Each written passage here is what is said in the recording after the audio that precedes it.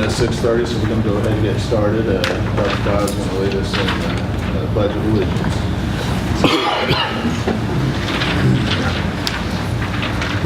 Pledge allegiance to the flag of the United States of America and to the republic for which it stands, one nation, under God, indivisible, with liberty and justice for all. Thank you.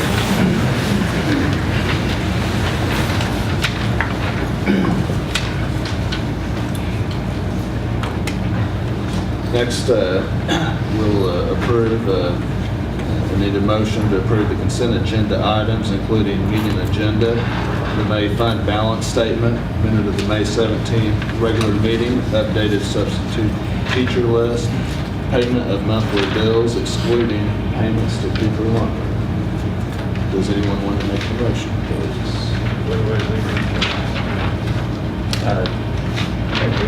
Is there another one? Was Dina added to the meeting? Yes. Yes. Because I copied it at 3 o'clock. Because I don't have an updated copy either. It's on Kenny's. Kenny has No, Kenny has Kenny it. actually Got has it. Okay. Fine. Yes, it's signed. Okay, thank you. Okay. Anybody make a motion? Mr. Strong makes a motion, have a second. Mark seconds. All those in favor? Carries 7. Next, we will do, we don't have anyone sign up for visitors, so we will do communications, the MSBA monthly board update.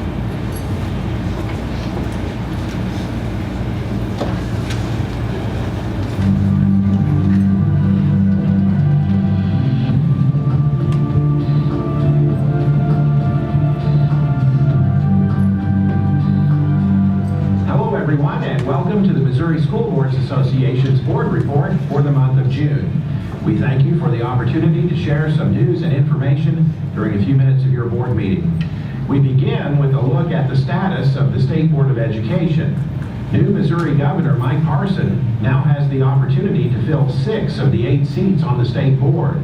5 of those seats are open since the Missouri Senate did not confirm the individuals nominated by former Governor Greitens. The term for the 6th seat expires at the end of this month.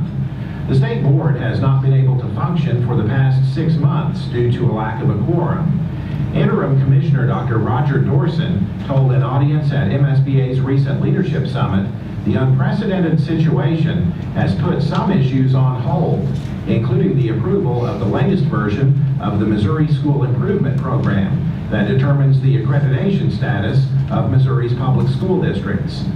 Dorson said even when the state board has a quorum, the administrative rules process means it's likely to be several months before the new MSIP program is formally adopted. One of the things that, besides when we get a board together to be able to have a board meeting, it's not going to be as simple as, okay, we have a board now, we can go start the administrative rule process, which, by the way, most of you may understand that it takes about 9 months for administrative rule to go through the process. So it's not like something that, even if we have a board tomorrow, and had a board meeting tomorrow and approved the process, it'd still be like a 9-month process to get going. State Board of Education member Dr. Vic Lenz also participated on the panel at the Leadership Summit, and he said it's critical that the State Board of Education remain independent of partisan politics. I've heard people talk about the local board. When I was on the local board, and the newspaper asked me, what party do you represent? I said, it doesn't matter what party. This is an apolitical job. I'm not going to even mention political party.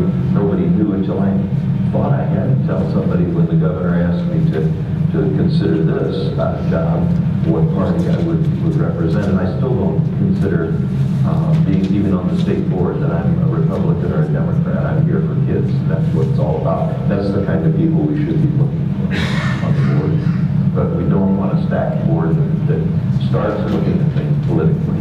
That's going to ruin education. Lenz is a former president of MSBA and a former member of the Lindbergh Board of Education.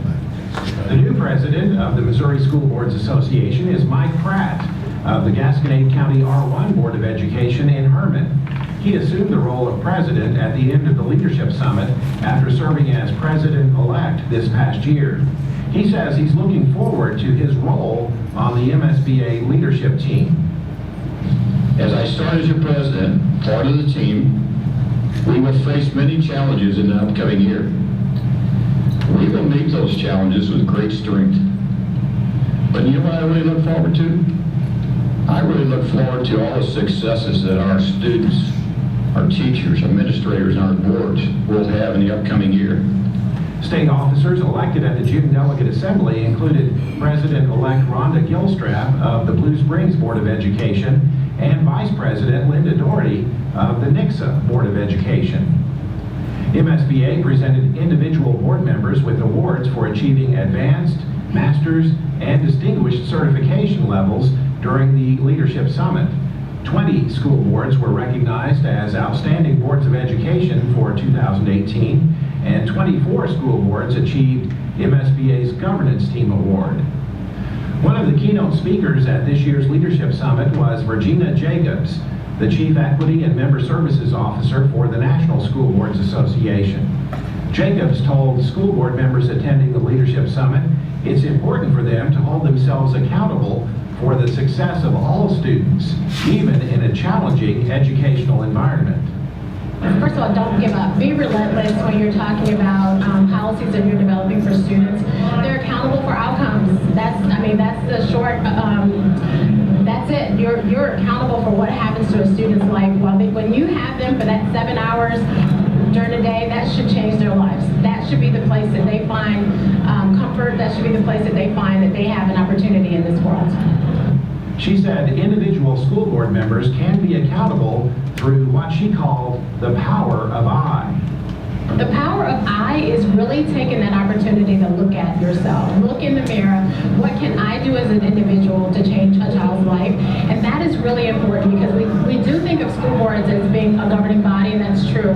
But individual school board members have to hold themselves accountable for outcomes for kids. And so the power of I is really looking at how you can make a change and how you can impact your school district. She added it takes a lot of courage and determination to assume the responsibility of serving on a school board in today's environment. That's it for this month's edition of the MSBA Board Report. Thanks for allowing us to have some time at your board meeting, and so long from Columbia. I think we got some bills we need to back up today. Yeah. Larry Benson and Cooper Lumber and a third I was getting ready to. I left off Cooper, so. I need to go back and I didn't make pay the Cooper Lumber bill that I would excluded from the bill, so I need a motion to pay Cooper Lumber. Mr. Strong makes a motion, have a second.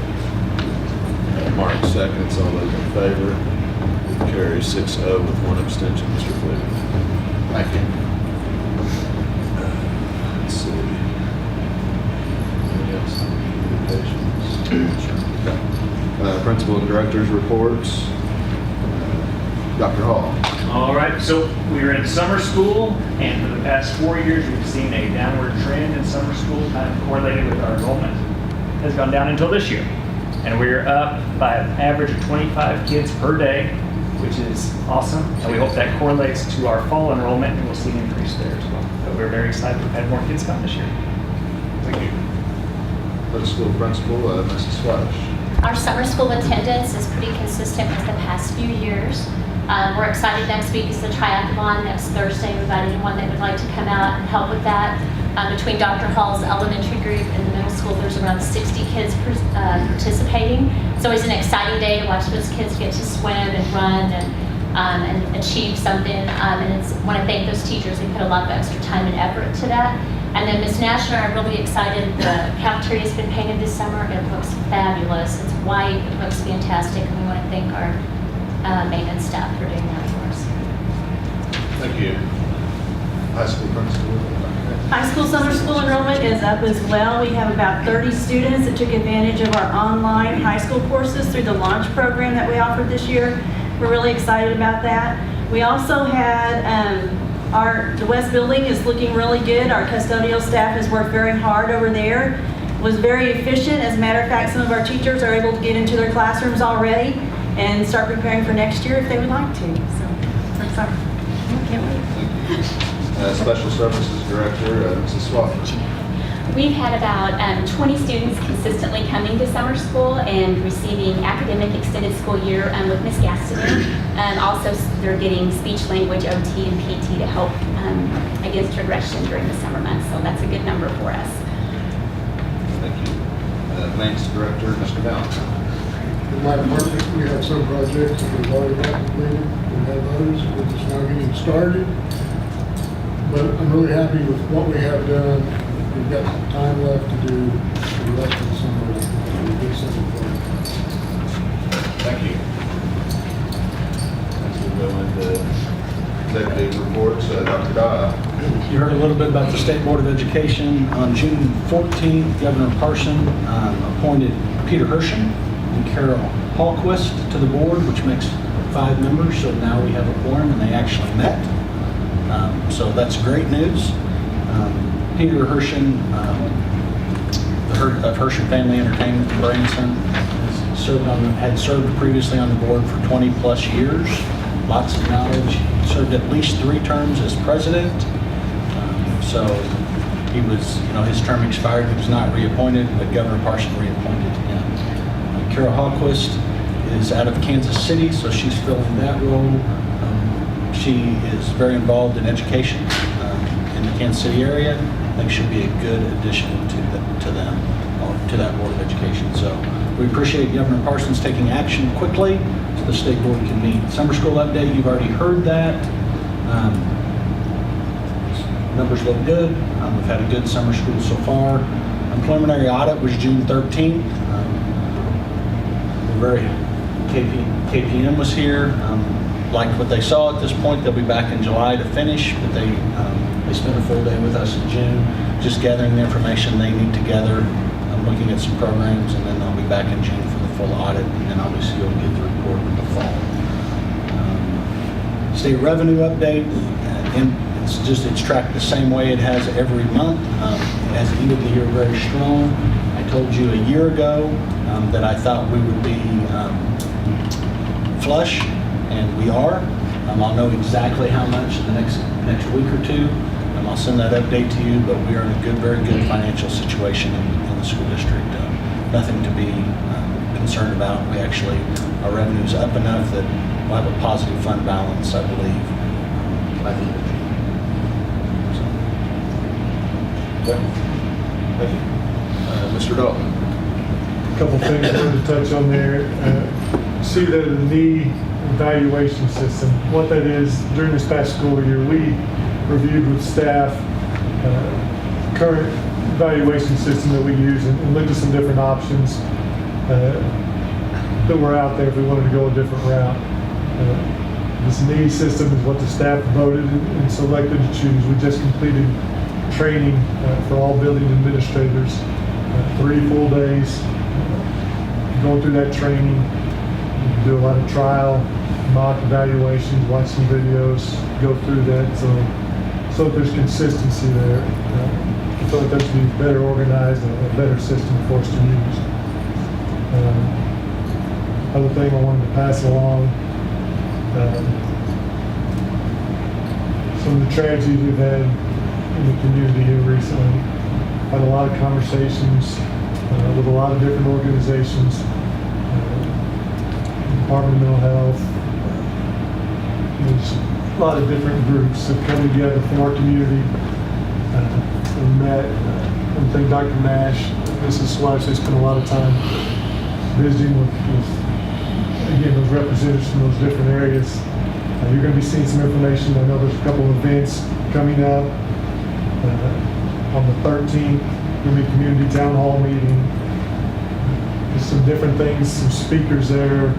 Just let folks know about resources that are available. And then I know we've got an event coming up on the 21st. There'll be a lot of the same organizations represented there. Just trying to get that information out, get that to people. So folks can get the help that they need. you'll be seeing some of that information, is some of those details. Like they plan on contacting the radio and the newspaper, public signs all over. Thank you. Next, we'll get into the action items, budget amendments for 17-18 school year. So you have those in your packet. Those are just standard budget amendments as money has moved. Those are not, unless those were in your packet. This is next year's budget. They were in your packet, uploaded. Just standard budget amendments for the year. It's not moving money from one fund to the other. It's really, there's some additional revenue in there. So just need approval for those budget amendments. Okay, motion by needed. Budget amendments. That motion. Troy makes a motion, have a second. Michael seconds. Any discussion? Hearing none, all those in favor? Carries 7-0.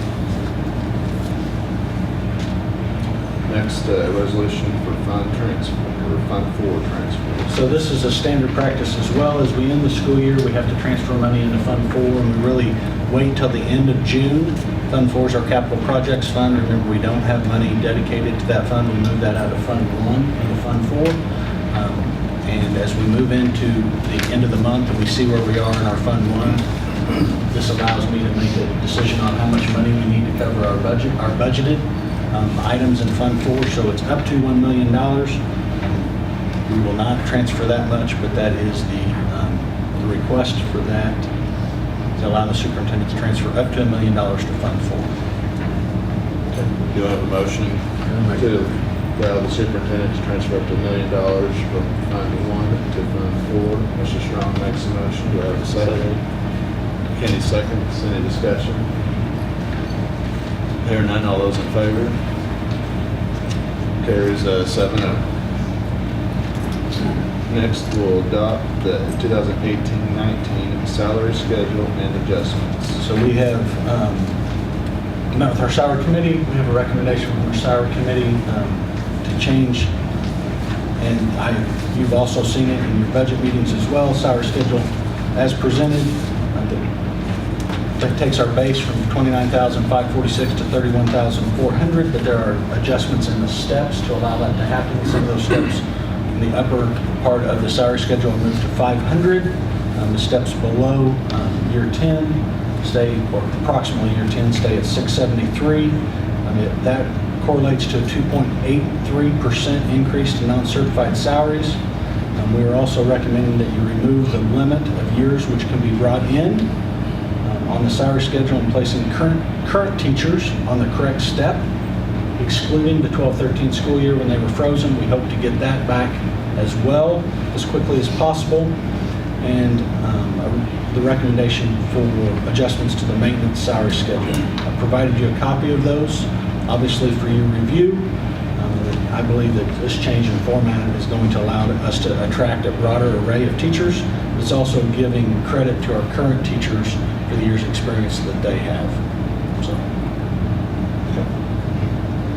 So, need a motion needed for the 18-19 salary schedule as presented, as Dr. Dawes presented to us, with a 2.83% increase to non-certified salaries and recommended adjustments to maintenance salary schedule. Mr.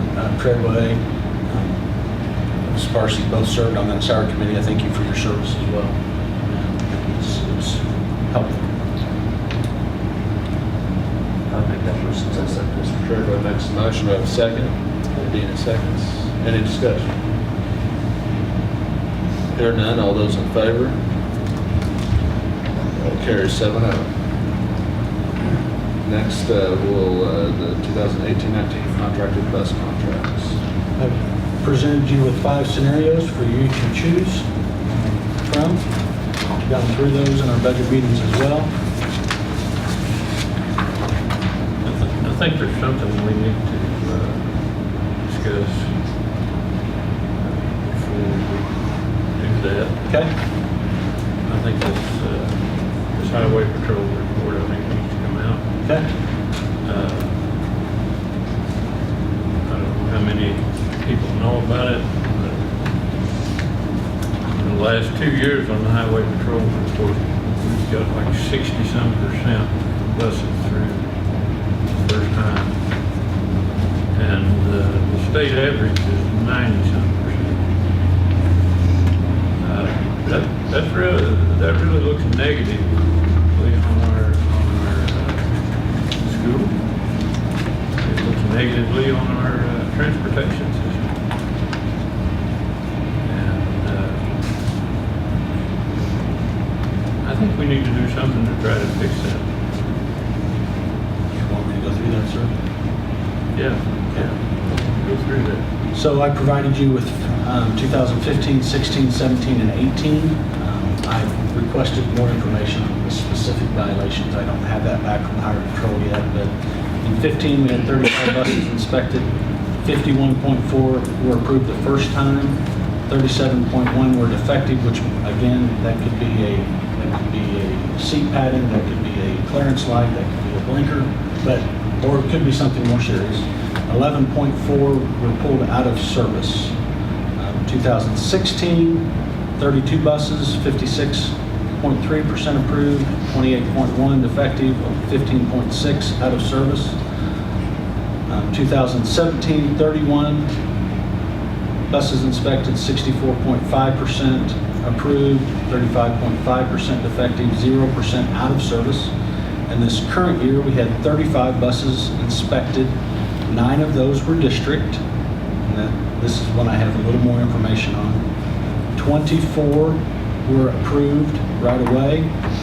Defective, we had 7 defective. 1 of those was a district bus. It had, we talked about that blinker switch was bad. And we had 4 out of service. So 11.4%. So 68.6, 20%, 11.4%. And we don't know how out of the contracted buses, there was how many did they have? So the contractors had 20, we had 35, we had 9 district buses, 26 of those were contracted. So there was 8. Yeah, 8 were subs. Yeah, 8 were sub buses. Those sub buses this last year got used quite a bit, I believe, didn't they? Yeah, I don't know that. Were we broke down much along the road? We had a few yes, we did have some breakdowns. I don't think Mr. Nash used his sub bus at all. Just when I wanted to. Mr. Harville, I think, loaned his sub bus out to somebody else. But as far as all of them, I would hesitate. I wouldn't be telling the truth if I tried to give you a number. And it doesn't really matter, but I think we need to do something to try to help this. And I'll give you my thoughts on it. I would like to see us set up I guess you could say an inspection of our own. It could be, the majority of it could be volunteers. I mean, we've got some drivers out there that know what's wrong with their buses. I mean, it could be some board members could volunteer. Pre-inspection? Yes, like a week ahead of time. Run all the contracted buses through, run the school buses through. I mean, What if we just set up something to do with the Highway Patrol? Just have them come, or they won't? We could get, we could do it on a Saturday or something, and get James Heath maybe to help us. I mean, and if we had to pay anything, it'd be very minimal if you divided by buses. Why? It'd be very minimal. And if I don't know that we should be paying anything. For this. It wouldn't be us paying it. It'd be so much per bus that went through, and it'd come from whoever bus that was. But if we could do that like a week before school. Week before school, they go, correct me if I'm wrong, you guys have inspection within 30 days of the start of school. Am I correct on that? They have to be inspected 30 days. But that's just a little state inspection. I'm talking the big inspection, just like that. There needs to be somebody under it, there needs to be somebody in front of it, behind it, inside of it, and there needs to be somebody underneath the hood, just like the inspection that the Highway Patrol puts on, and there needs to be somebody walking around the clipboard writing everything down that's bad. then that's handed to whoever's bus it is, and they have that period of time then to get that fixed. And I think we'll see these numbers go drastically higher. If we had interest in that, I'd be happy to help you. That's, I think we need to do it like a week before school starts. And I think we need to do it like a week before the inspection takes place. And if we need a motion on it or whatever, why, Can we set up random ones through the year? I mean, what's your thoughts on that? Because, I mean, we got, how many buses that were out of service? Four out of service. I mean, kids are being hauled on those. You know, if we did more, if we had a way to do more, that would be. The kids aren't hauled on it until they're fixed. No, I understand that, So but these buses were hauling sometimes- kids. How long were these buses hauling kids though? Before this inspection? You know what I'm saying? Well, I mean, I don't know what the percentage of those were sub buses or were they the other buses, you know? A lot of times when stuff sits a long time, you'll have blinkers not working, you'll have all kinds of stuff happen. I think if you set up a random type inspection, there would be pretty much on that. What I'm talking about is basically a contract pay. yes, changing that. And Lowell, are you wanting to bring in an actual inspector, a state inspector? Like someone from a local shop or? I don't think they do. We've got people sitting down here in the audience that can put a better inspection on what the guys at the shop can. And we've got an employee here that can. Then, I mean, But if you were if wanting we to bring have that, someone why are from out we of, getting these inspections and why aren't they just looking after buses and taking care of them? But I didn't say everybody. I said we have people out there that can. And that's the ones that need to be helping with the inspection. but what if you could bring someone from out of the district to look at the buses? An inspector, a state We'd have to inspector. pay somebody. you can't, we couldn't get a highway patrol inspector out of. I'm not talking about highway Okay. patrol. I'm talking about a state inspector from a automotive repair shop. Jingles Diesel or Springfield, they've got inspectors.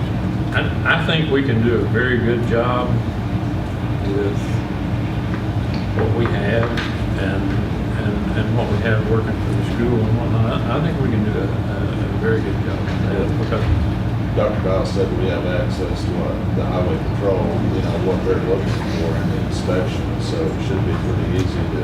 and if we had the sheets that they write this stuff down on, I'm sure we can get them. I mean, it's basically a checklist, and I think we can do a good job. I'd make a motion to do that, and I think this needs to have some teeth in it too, because if we just say we're going to do it, everybody may not show up for the inspection, and I think we need to put some teeth in it. And if they don't show up for the inspection, I think any kind of raise we give them this year, they don't get. We could always make the raise performance-based. That would They be a pass, start to it. not like, if they get 90% or something better, then we would give them a raise. I'm not sure how we would do that. I mean, It'd be it's worth individual talking based or something, I mean. It's worth talking about. I mean, I think that the age of our buses, you look at the age of our buses are all, I mean, I'm looking at them here, they're all, we got a bus 93, a 92, a 97, a 99. I mean, our buses probably average 19 to 20 years old.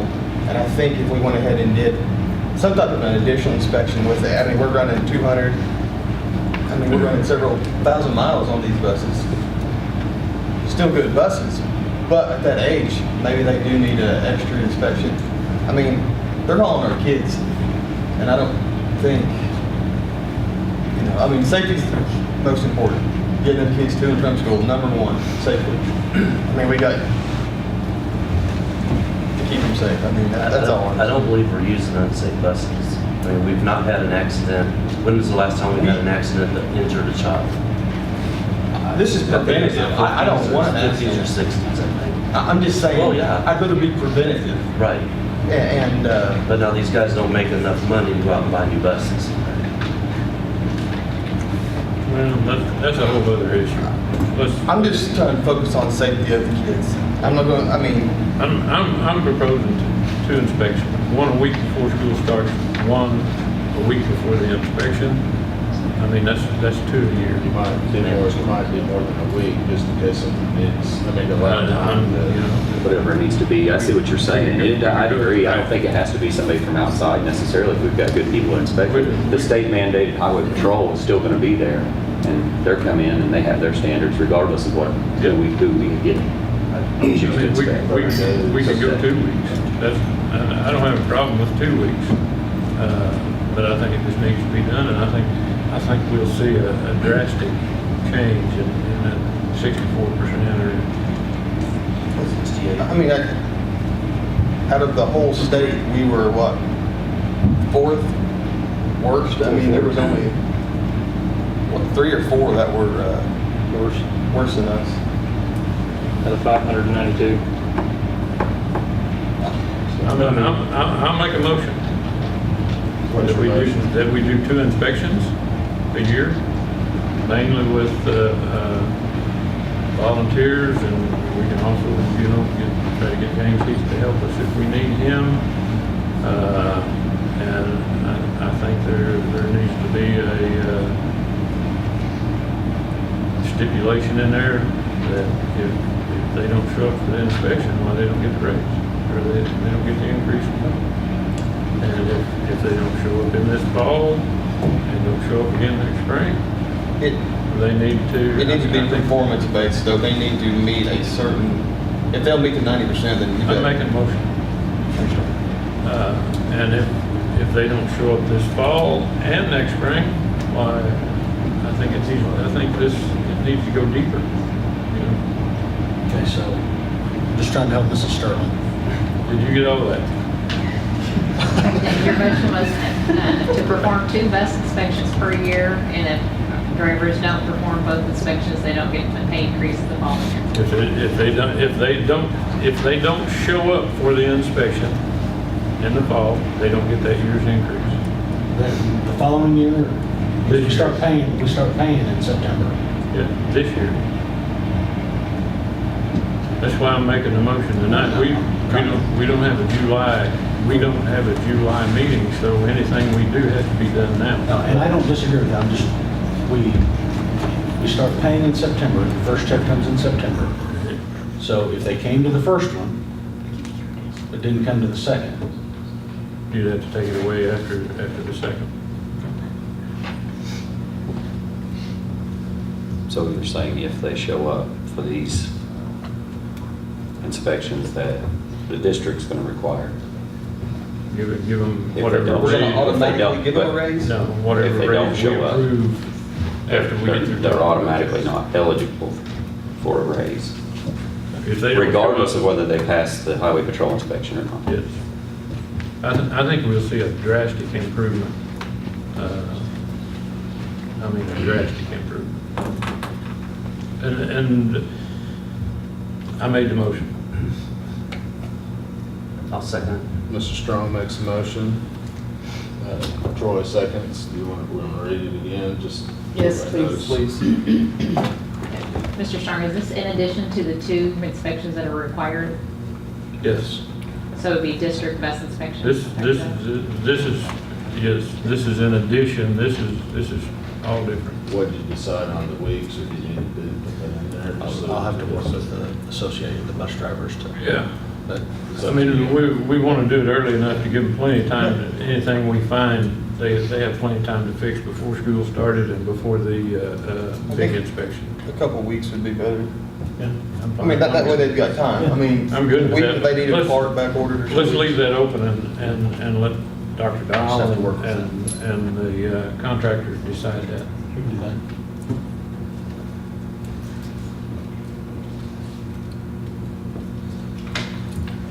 Got it? So this is to perform 4 district and contracted buses, to perform 2 district bus inspections per year.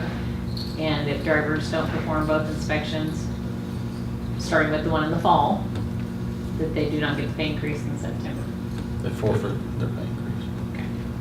It's not gonna be hard to get your bus to the inspection. Even if you was in the hospital, surely someone will drive that bus over to that inspection. Yeah, someone will. The schools will be here. We're pretty good at it. And I'm just wondering, we offer this if they choose, or is this is making it mandatory if they're going to be eligible for a raise? Basically, they can choose not to do it. And I think That's the way I understand it. But if they choose not to do it, but still can pass the highway patrol inspection, does it matter? And they still got to go through 2 inspections anyway. It matters if they want to raise, I guess. Right. That's what I would want it. I think we've got some bus drivers that really scrutinize their vehicle and make sure it's going to pass. And I think we have some that probably, well, let's just run it through, and it's probably going to be maybe a light out or whatever, and we'll fix it. I don't know that for a fact, but I think everybody needs to get serious about it.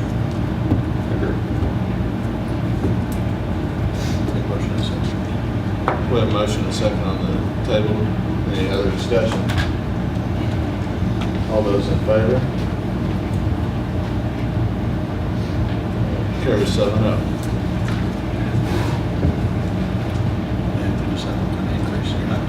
Yep. We are still on setting the base rate mileage rate for the 2018-19 school year. I make a motion that we adopt scenario 4? 3, 4.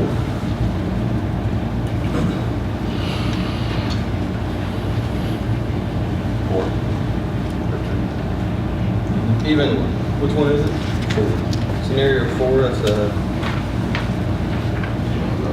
That's a, scenario 4 is a 2.83% increase to the base rate and a 1.415 increase to dirt and paved miles. So it splits the 2.83 between. Yes, it splits the 2.83, makes it 1.415 to dirt and 1.415 to paved. Does that make sense? I would second that motion. So we have a motion from Mr. Strong to have a 2.83% increase to the base rate and 1.415% increase to dirt and paved mileage. Mr. Treadway has seconded the motion. Any discussion? I can't support that, not with the last 2 years. Highway Patrol report. That report said a lot right there. I'm not saying we don't have good drivers. I'm just saying the report said a lot. And I'm not going to support giving a raise on the dirt or the paved mileage with the issues that's went on in the past. Maybe the base, but not on the mileage. The mileage, I believe they get compensated for if there is adjustments in fuel prices, correct? Correct. So if fuel goes up, well, they're getting covered for that. Is that correct? Correct. It's common knowledge that the base isn't what they can sustain their livelihood on. The fuel does pay for that. In the past raises, we've always had a calculation to come up with part of that fuel to come up with a raise that would be acceptable. I'm talking about the issues with mileages we've had turned in. That's what I'm talking about. We took care of them. It's all fixed. We had to take care of some, I believe, last year. Was that correct? Last summer I drove with every driver. I believe their mileage is dead on this year. That's what I can speak to. Because I drove every route with every driver last year. We applied safeguard after safeguard. We put the GPSs in, we put radios in, and and we made it to where they have to be, you know, somebody has to run the route with them. Which checking the route's always been that policy. I don't think there's any. They just didn't do it. I don't think there's any issues with mileage. Not now, I don't think there is now. I'm just saying going forward with this highway patrol report and just the way things have been the last 2 or 3 years. I mean, 2 years of highway patrol report. Well, we just implemented something that was, Correct. you know, a procedure that's going to help it drastically. Hopefully help, but you don't know that it will. In your opinion, it will. Any other discussion? Motion and a second. All those in favor? 3, 4. Those against? 4. Motion fails. So, We need to do something, either do nothing or make another motion.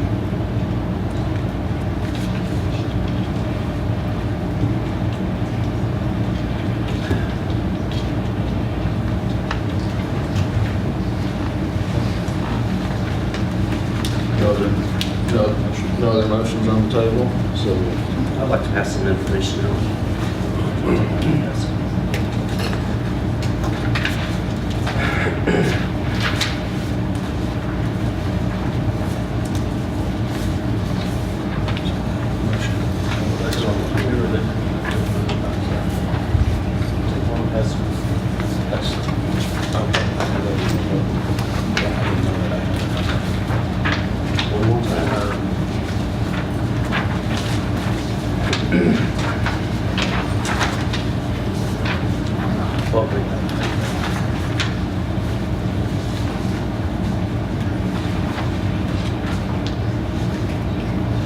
So it looks like nobody wants to do a raise. And there's probably some on the board that would think I was crazy if I said that they're underpaid. I'm sure of that. Well, here, if you look at this page here, that will take some of the data that I've collected and apply it to our situation. I've got some for you too, sir, or in media. You can read that. It explains how much we pay per route, what the average is, going off of data from Transpar, which is the most known company that evaluates and analyzes school transportation. So you can read that and look at that. One of the articles that was published in the Superintendent Association, here's the article, you'll have a copy of that. And then I contacted Transpar the other day, a while back. I've got a notes page there. You can read that.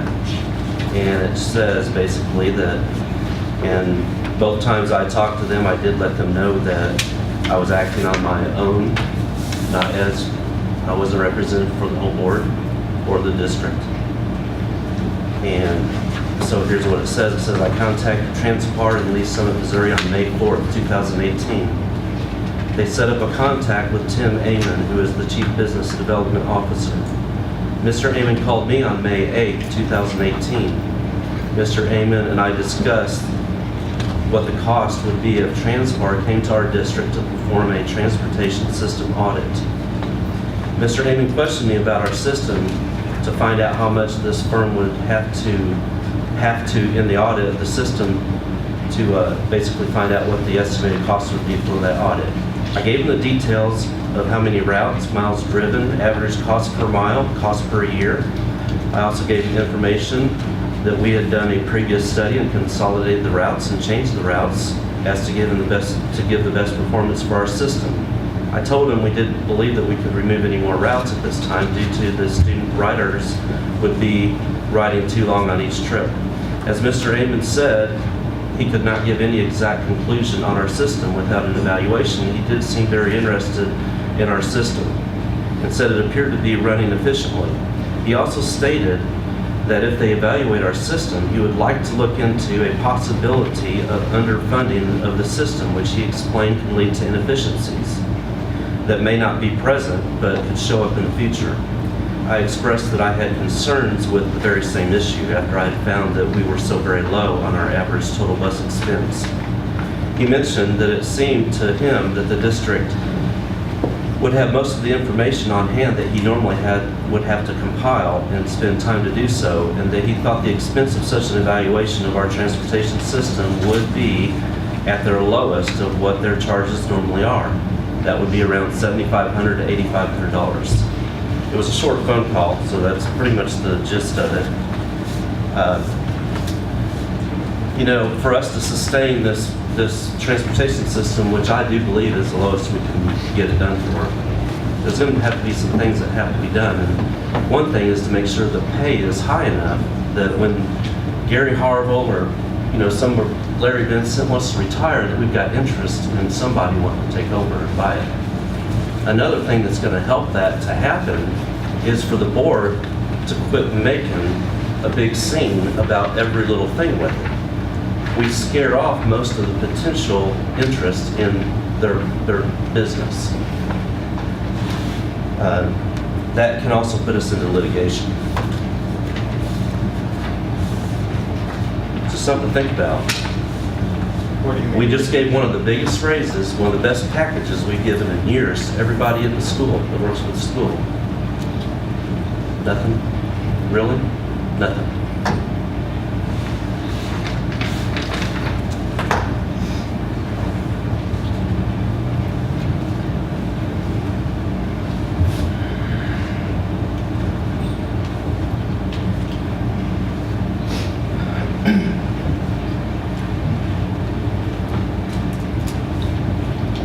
I haven't read through all this, but it says that the average cost for operating and maintaining a single bus route range was from $34,000 to $38,000 per school year. That's 2003 data. Okay. I don't think it says that on. No. 2003, there was nothing more more up to date than 2003. That article's out of 2003 data.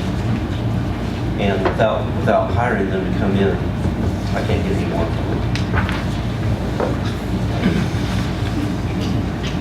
So 2003, what else it says, 2003? Have you talked to anyone else, Skyline or anyone? I mean, there's problems all over.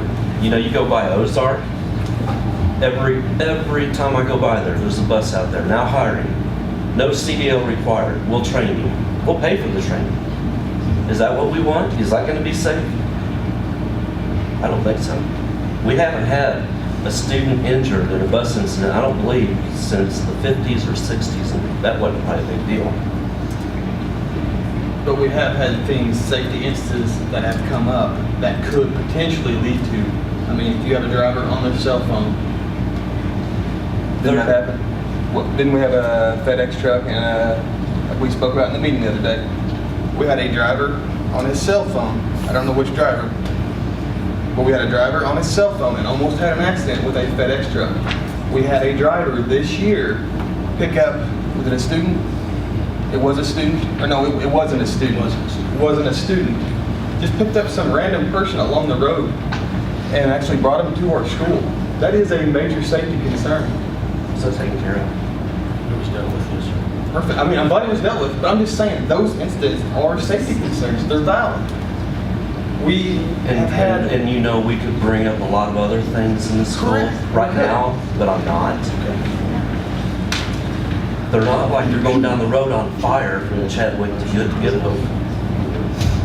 It's not like that. Yeah. No, it's not. And I believe that there's an impression that these drivers are making bank.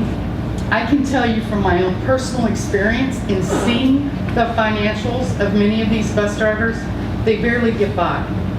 They do what they do because they want to make a difference. They want to make a contribution. Okay? I believe these bus drivers will not have an issue with bringing their buses in and let them be looked at. I don't know of one that would. Okay? I agree with what Mr. Treadway said. For those of you that don't know, I own an automotive shop in Springfield. So I know about inspections. My husband is an inspector. Okay? So I know about these things. And what Mr. Treadway said is true. Okay? They may run their buses through. We have people come through and say, oh, I need you to inspect my car, so then I can find out what's wrong with it, then I'll go fix it. Okay, we don't know that that's not what's happening. I'm not saying that, but it's skewing the numbers, I believe, that may be the case. Okay? But these people, they are going down roads. They are picking up the children that come to these schools, and they are taking that responsibility. I believe they deserve compensation for that. That's it.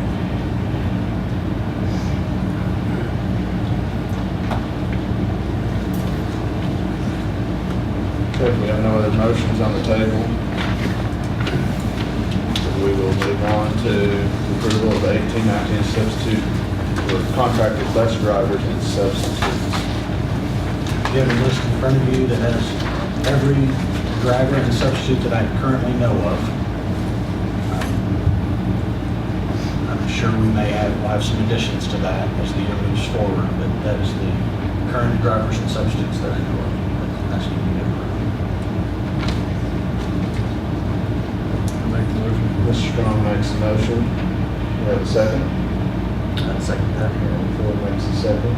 Any I'm sorry I discussion? didn't hear it. With the air conditioner behind me, Sorry, I can't hear. the current drivers and substitutes, that you have the list. Those are all the names that I know of that are being asked to be able to drive a bus for us. Okay, thank you. Any other discussion? All those in favor? Carries 7-0. Next, we will approve the 18-19 substitute teacher and substitute para. So currently, we have 3 different pays for substitutes. We have $65 for a teacher that has 60 hours and a sub-certificate, $75 for a substitute with a bachelor's degree or a teaching certificate, and we pay our substitute paras hourly rates, the base hourly rate. I mean, it's my recommendation that we move all of these substitute teacher, para to $75. And that is competitive within the area. I'll make that motion. Mr. Treadway makes the motion to approve the 2018 substitute teacher and substitute para pay as Dr. Dial has outlined. Do we have a second? Micah seconds. Any discussion? All those in favor? Carries 7-0. Next, the 2018-19 budget. So we've gone through the revenues and large expenditures with you in our budget, during our budget meetings. As always, we budgeted revenues at what we believe the minimum revenue will be for the year, and we budgeted expenditures at what I believe the maximum expenditure will be. As is this year, I believe that we will even out. You know, we are to the good this year, even though we approved deficit budget last year. So I'm comfortable with making this recommendation to you. It's actually improved since the last time we met.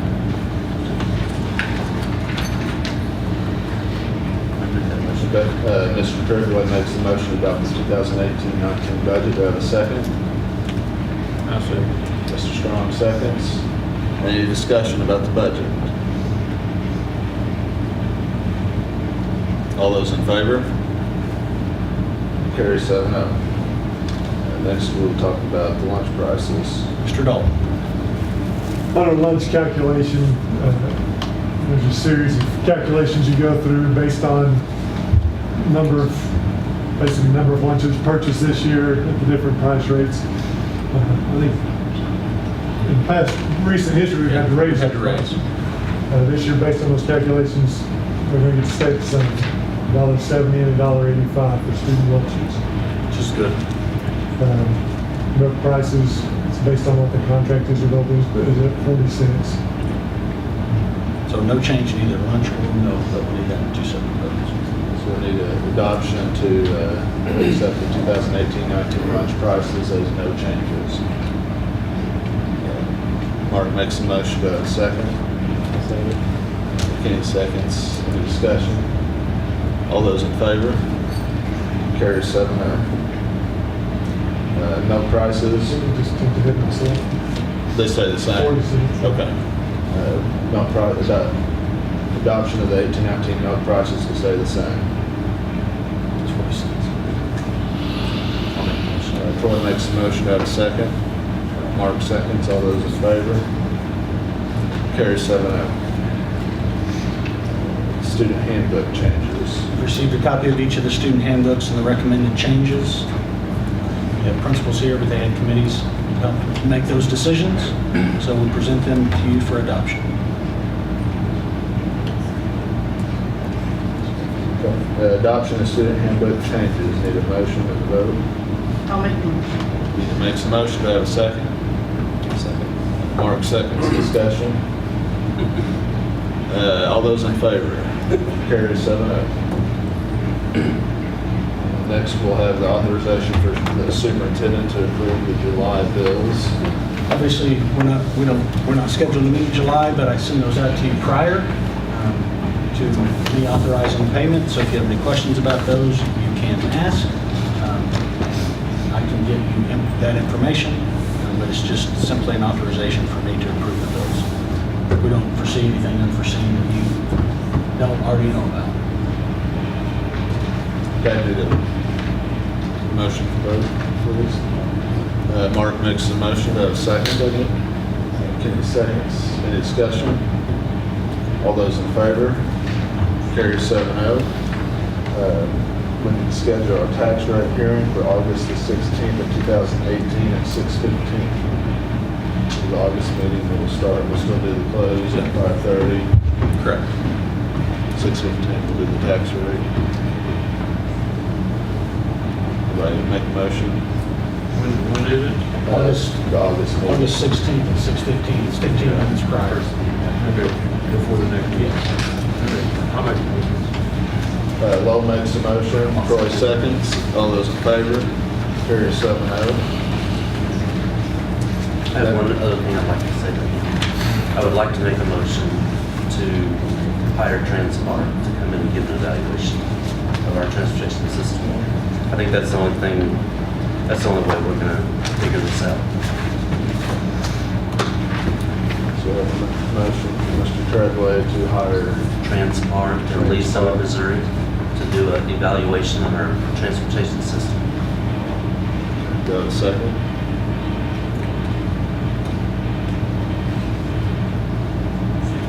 Any seconds, discussion? Well, like I said, I think there's a lot of misconception here of what we've got. You know, in my opinion, we should be grateful for what we have, and we've got certain people in the district, on the board, they're not pleased with it, they're not happy with it, they think it costs too much money. This company, that's what they do. And they're most well-known, they go nationwide. Who knows, they might come up with something that might save enough to pay for the evaluation, and that would be a good thing. My thoughts on it are, I'm not opposed to such a study, but I would prefer, as Dr. Collins, our superintendent, for him to look into it. Research, I mean, because I don't know anything about the company. I mean, my personal thoughts are, I don't know anything about it. Rather him look into it first, and then bring it back to us in August. Companies, looking at companies. Correct. Yeah, that's what I was thinking, because I've never heard of Transbar, I don't think, until tonight. That might be okay. I'd just rather him be in charge of it since he's our superintendent.